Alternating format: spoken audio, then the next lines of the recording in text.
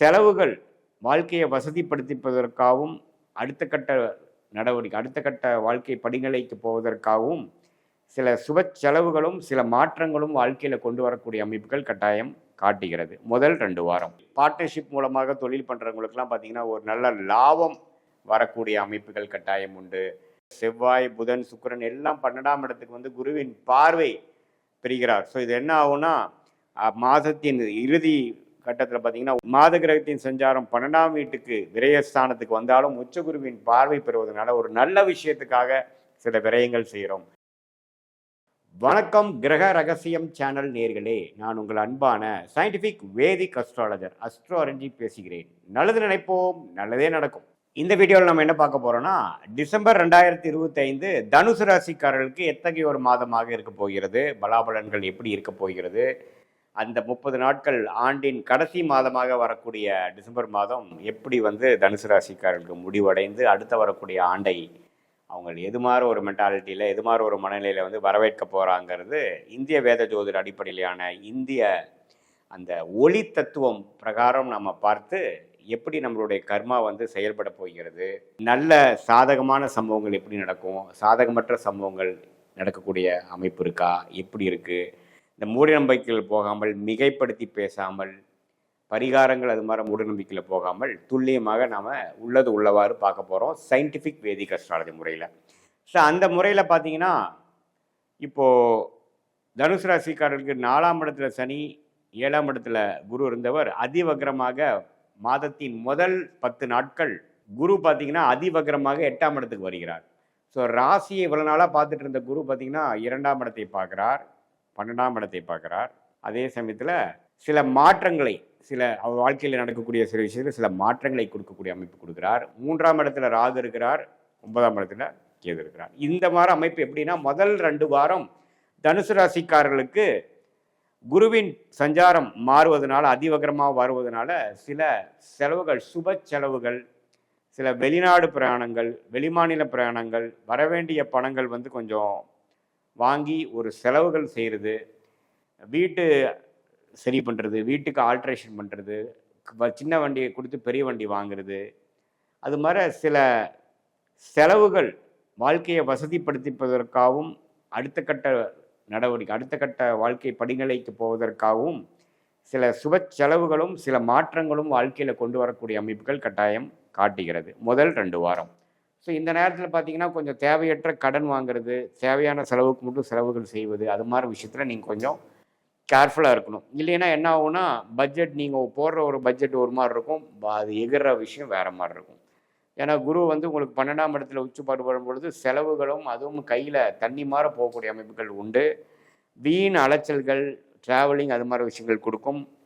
மாணவர்கள்லாம் பார்த்திங்கன்னா, ஒரு எக்ஸாமுக்காகவோ சில விஷயத்துக்காகவோ ட்ராவல் பண்ணுறது, ஒரு காலேஜ் அட்மிஷனுக்காக, ஒரு கோர்ஸுக்காக ட்ராவல் பண்ணக்கூடிய அமைப்புகள்லாம் கொஞ்சம் இந்த நேரத்தில் எதிர்பார்த்துட்டு, விசால எதிர்பார்த்துட்டு இருந்தவங்களுக்கு விசா கிடைக்கக்கூடிய அமைப்பு, அது மாதிரி விஷயங்கள்லாம் கொடுக்குதுங்க.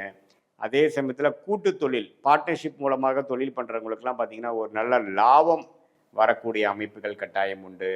அதே சமயத்தில் இல்லத்தரசிகளுக்கெல்லாம் பார்த்திங்கன்னா, சில விஷயங்கள் வந்து அவங்க குடும்பத்தில் வந்து அமைதி இல்லாமல் போயிட்டுருக்கிறவங்களுக்கெல்லாம் கொஞ்சம் பார்த்திங்கன்னா சில பேட்ச் ஒர்க் ஆகிறது, சில மனம் அதில் வந்து கொஞ்சம் நிம்மதி பெறுவது, எந்த ஒரு பிரச்சனைகள் முதல் நடந்ததோ அதெல்லாம் கொஞ்சம் சால்வ் ஆகக்கூடிய அமைப்புகள் கட்டாயம் உண்டு. அதே சமயத்தில் செவ்வாய், புதன், சுக்கிரன் எல்லாம் 12ஆம் இடத்துக்கு வந்து குருவின் பார்வை பெறுகிறார். ஸோ இது என்ன ஆகும்னா, மாதத்தின் இறுதி கட்டத்தில் பார்த்தீங்கன்னா, ஒன்றுமே வந்து சில விஷயங்கள் வாங்குவதற்காக, சில விஷயத்தை நான் முதலே சொன்ன மாதிரி செலவு பண்ணுவதற்காக, பிஸ்னஸ்மேன் தொழிலதிபர்கள்லாம் அடுத்த லெவல் டெவலப்மெண்ட்டை நோக்கி, அதாவது ஒரு பிரான்ச் போடுறது, ஒரு அபிவிருத்தி பண்ணுறது, அவங்க ஃபேக்ட்ரி எக்ஸ்பேண்ட் பண்ணுறது, அது மாதிரி சில விஷயத்துக்காக சில சுப செலவுகள், சுப முதலீடுகள், சுப கடன்கள் எல்லாம் வாங்கக்கூடிய அமைப்புகள் இந்த மாதம் முழுக்குமே தனுசு ராசிக்காரர்களுக்கு இருக்குது. சனியின் 10ஆம் பார்வை ராசிக்கு இருக்கிறதுனால வேலை பளு அதிகமாக கடந்த ஒரு 5-6 மாதமாகவே தனுசு ராசிக்காரர்கள் வந்து கொஞ்சம் வேலை பளுவாக பாதிக்கப்பட்டு இருக்கீங்க. சில விஷயங்கள்லாம்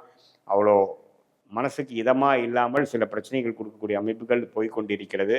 அது வந்து கொஞ்சம் மெல்ல மெல்ல சால்வ் ஆகக்கூடிய மாதத்தின் இறுதிக்குள்ளே இந்த கிறிஸ்மஸ், அந்த நியூ இயர் டைம் வரும்பொழுது கொஞ்சம் மனம் உற்சாகம் அடையக்கூடிய அமைப்புகள், கொஞ்சம் வெளிநாடு பிக்னிக் போகக்கூடிய அமைப்புகள், ட்ராவலிங் டூர் போகக்கூடிய அமைப்புகள், அதெல்லாம் கொஞ்சம் கட்டாயம் கொடுக்கக்கூடிய அமைப்புகள் தனுசு ராசிக்காரர்களுக்கு உண்டு. ஸோ ஆண்டு கிரகத்தின் சஞ்சாரமும் பரவாயில்லை, மாத கிரகத்தின் சஞ்சாரம் 12ஆம் வீட்டுக்கு விரயஸ்தானத்துக்கு வந்தாலும் உச்சகுருவின் பார்வை பெறுவதனால ஒரு நல்ல விஷயத்துக்காக சில விரயங்கள் செய்கிறோம், நல்ல விஷயத்துக்காக சில சுப முதலீடுகள் செய்கிறோம், சுப செலவுகள் செய்கிறோங்கிற மாதிரி ஒரு நல்ல அமைப்புகளாக இருக்கும். அதில் நீங்கள் பார்த்தீங்கன்னா சுப விஷயத்துக்காக பண்ணுறோமா அனாவசியமாக பண்ணுறோமாங்கிறது தீர்க்க யோசித்து அதுக்கு தகுந்த மாதிரி நீங்கள் செயல்படுவேன். ஆனால் நம்ம தேவையான சில விஷயங்கள் கன்ஸ்ட்ரக்டிவாக இந்த மாதம் நீங்கள் வந்து தனுசு ராசிக்காரர்கள் மாணவர்களாக இருந்தாலும் சரி, தொழிலதிபர்களாக இருந்தாலும் சரி, வேலையில் இருக்கிறவங்க வேலைக்காக சில ஆன்சைட் எதிர்பார்க்குறவங்க வேலைக்கு போகிறவங்களா இருந்தாலும் சரி, அது மாதிரி நல்ல மாற்றங்கள் கொடுக்கக்கூடிய அமைப்பு கட்டாயம் உண்டு. இதில் வேலையில் இருக்கிறவங்க பார்த்தீங்கன்னா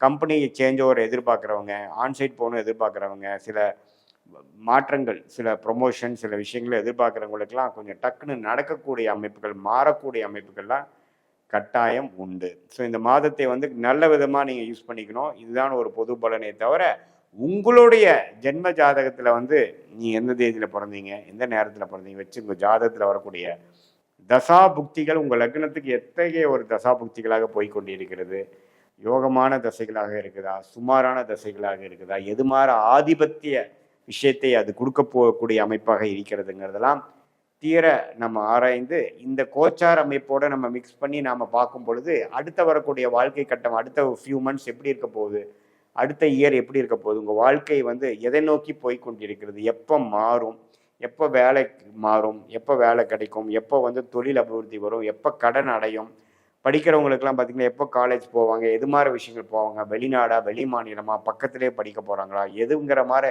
எல்லா விஷயங்களும் இந்திய வேத ஜோதிட பிரகாரம் சயின்டிஃபிக் வேதிக் அஸ்ட்ராலஜி முறையில், அறிவியல் சார்ந்த முறையில் நம்ம பார்த்து அதுக்கு தகுந்தமான முடிவுகளை நம்ம எடுத்து நம்மளுடைய பிராப்தத்தை தெரிந்து தேவையற்ற சமய விரயங்கள், தேவையற்ற பண விரயங்களை தவிர்த்து பண்ண வேண்டிய விஷயங்களை கரெக்டாக செய்து அந்தந்த டைம்லைன்ஸ் தெரிந்து நம்ம செயல்படுவேனால் கட்டாயம் வாழ்க்கையில் எந்த விதத்திலையும் நம்ம எதிர்நீச்சல் போடாமல் நமக்கு என்ன மாதிரி விஷயங்கள் காத்திருக்கிறதுங்கிறது தெரிந்து நம்மளுடைய டேலண்ட் என்ன, நம்மளுடைய ஃபார்ச்சூன்ஸ் அண்ட் லக் எந்த ஒரு மாதிரி விஷயத்தில் இருக்குது. ஃபார் எக்ஸாம்பிள் பார்த்தீங்கன்னா இப்போ 12th எக்ஸாம் முடிச்சுட்டு வெளில போகிறவங்க பார்த்தீங்கன்னா எது மாதிரி இன்ஜினியரிங் எடுக்கலாமா, மெடிக்கல் எடுக்கலாமா, அதே சமயத்தில் அவங்க வந்து லாவில் போகலாமா, ஏன்னா இப்போ பார்த்திங்கன்னா நிறையா துறைகள் வந்துருச்சு. எந்த துறை வந்து அவங்களுக்கு வந்து ஃபார்ச்சுனேட்டாக அவங்களுடைய ஜாதக பிரகாரம் நல்ல ஒரு பிராப்தத்தை நிற்கக்கூடிய அவங்களோட வாழ்க்கையில் வந்து வெற்றி பெறக்கூடிய அமைப்பாக, எளிதில் வெற்றி பெறக்கூடிய அமைப்பாக இருக்கிறதுங்கிறது நம்ம தெரிஞ்சு அது பிரகாரம் மாணவர்களாக இருந்தாலும் சரி, வேலையில் இருக்கிறவங்களாக இருந்தாலும் சரி, தொழில் பண்ணுறவங்களாக இருந்தாலும் சரி, அல்லது சீனியர் சிட்டிசனாக இருந்தாலும் சரி, அவங்களுடைய வாழ்க்கையில் என்னென்ன மாதிரி சேலஞ்சஸ் வருதோ அதுக்கு சயின்டிஃபிக் வேதிக் அஸ்ட்ராலஜி முறையில் துல்லியமான பலன்களை பார்த்து மூட நம்பிக்கையில் போய் எதையும் மிகைப்படுத்தாமல், பயந்து கொள்ளாமல், எதுமாற பிராப்தங்கள் காத்து கொண்டிருக்கிறது, நம்ம எதுமாற செயல் திட்டங்களை எந்த நேரத்தில் செய்தால் நல்ல ஒரு அமைப்பு, கரெக்டான ஒரு பலாபலன்கள், நல்ல ஒரு பலாபலன்கள், நாம் போட்ட எஃபோர்ட்டுக்கு நல்ல ரிசல்ட் எந்த மாதிரி நேரத்தில் கிடைக்குங்கிற விஷயத்தை நம்ம வந்து இந்திய வேத ஜோதிட அடிப்படையான தசாபுக்தியில் வைத்து பார்த்து இந்த கோச்சாரத்தையும் சேர்த்து வச்சு பார்க்கும் பொழுது கண்டிப்பாக ஒரு தெளிவான விஷயத்தை தெரிந்து அதுக்கு தகுந்த மாதிரி நம்ம செயல்படுமானால் வாழ்க்கையில் எளிதில் வெற்றி பெற முடியும் என்று சொல்ல விரும்புகிறேன். மீண்டும் மற்றொரு காணொளியில் சந்திப்போம். நன்றி, வணக்கம்.